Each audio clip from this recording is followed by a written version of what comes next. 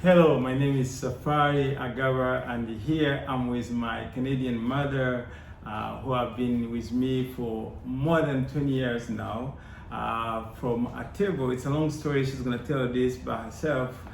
She's been there for me. She's been my mentor. She's been my mom. She's been guiding me through everything from being a church leader, where I've been attending for the last 20 years, to from the shelter. So it's a long story, and meet her. She's going to introduce herself. This is it's an open conversation. This is not a big interview. So, Nancy, go ahead. All right. Yeah. Well, Safari, when I see you today, we haven't seen each other for quite a while because of COVID and one thing and another. But I remember we met because I had been on a trip to Kenya and Rwanda with Canadian Baptist Ministries. And we spent 1 week living in Kigali, but we would travel out to different regions within the country.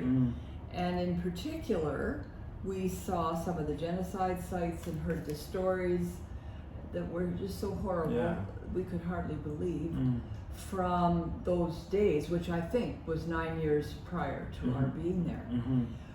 Well, then fast forward a bit, I came home and had lots to think about. And my husband and I, my husband Clarence, were involved with a ministry called Mathew House. And it was a place that accepted refugees. Yeah, it's a great place. Yeah, it was refugee a great place. claimants coming to Canada because of the troubling and dangerous situation. Yeah, absolutely. And so, Safari, how did you get to Canada? Oh my God, that's the longest journey ever. So coming to Canada, it started all the way when I was in Kigali, and then I ended up finding myself in Uganda. From Uganda, I went to Dubai. From Dubai, I went to New York. From New York, I went to Detroit, where I stayed for more than a year. It's a shelter. It's more like Mathew House, but it's a little bigger. It hosts pretty much everybody from everywhere. Then from there, I made a good decision to cross the border and come to Canada. So when I came to Canada, I came looking for the shelter. And one of the best shelter actually was Mathew House. It wasn't even easy to get a seat there. So I went there, I stayed for a few days. I was there, I was lost. A lot of culture shock, the winter, everything was frustrating. The food, as we speak right now, my friend is in the car, he can't eat, he can't sleep, so it was a huge challenge. Then it happened that at Mathew House, every year we hosted the gala. They hosted a gala, and I happened to be on this table that was supposed to entertain some people who were actually the founders and supporters of the Mathew House, and she happened to be there. Well, it was really interesting because my husband and I came into the dining room and we were assigned to a particular table. And here was this handsome young man at our table, all dressed in a lovely white African attire. And I think he had a headpiece too. I can't remember for sure. Probably. It's been a while. It's been a while. And I asked Safari where he was from, and he said he was from Rwanda. And guess what you said? I've been to Rwanda. I've been to Rwanda, and right there we connected. We're like, oh, you know where I come from. So we took over. Remember, we were talking on the table. We became so connected, and then from there we talked. We had a good time. We had African dances there. We performed for you guys. Then from there, after a couple of days, then you had to pick me up to bring me to the church. That's right. My husband was involved personally with Mathew House for a number of years, and he picked up Safari and brought him to Kingsway Baptist Church, where we were members, and introduced him to folks at the church. Absolutely, and that's the day I got adopted.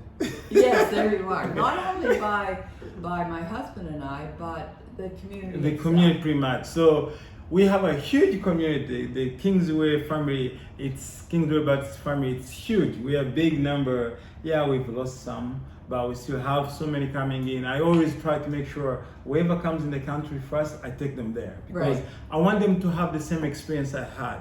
The moment you walk in, you feel something different. Yes. Remember, we used to have the coffee ranch downstairs. That's right. And after church, we go there, talk, eat. It was more like a home. It meant a lot to me. And as time went by, then we started connecting. And she happened to be one of the leaders of the church. That's right. So what do you do actually at the church? I retired. You retired, yeah.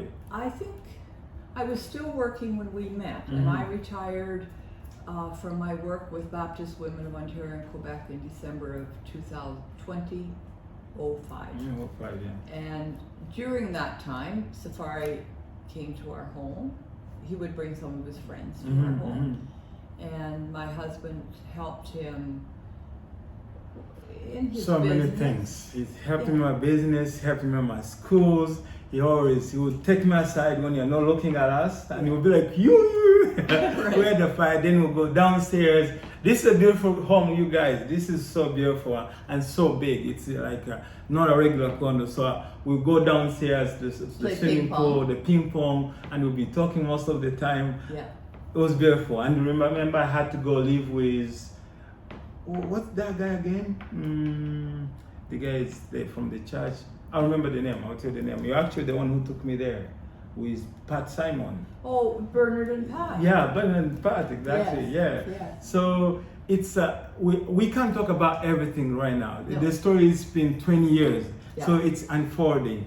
We have so many memories in this album here, as you can see. She has so many things to share, and we can't finish everything. We're gonna call this like part 1. Part 1. Yeah. Then eventually we're gonna come for the next second part, and she has a lot to share, and I have a lot to share. But more importantly, I wanted to meet her, to put on a video, to record this, so that I can look back always and say, yeah, I can still see you. And I wanna remember this moment vividly. Right. Like tomorrow. I don't wanna look at the video and see the video. I wanna feel this moment together. That's right. And I wanna see my kids growing up and asking, watching and learning and knowing exactly who you are and Good. what you've done in their lives. Well, and in my early life, I was an elementary school teacher. I taught kindergarten, and then I had my own children, a girl and a boy, Laura and David. Laura and David, yeah, I know them. And then I retired from teaching early, and I've been working on my divinity degree at McMaster Divinity College. And when I graduated, I started working with Baptist Women of Ontario and Quebec.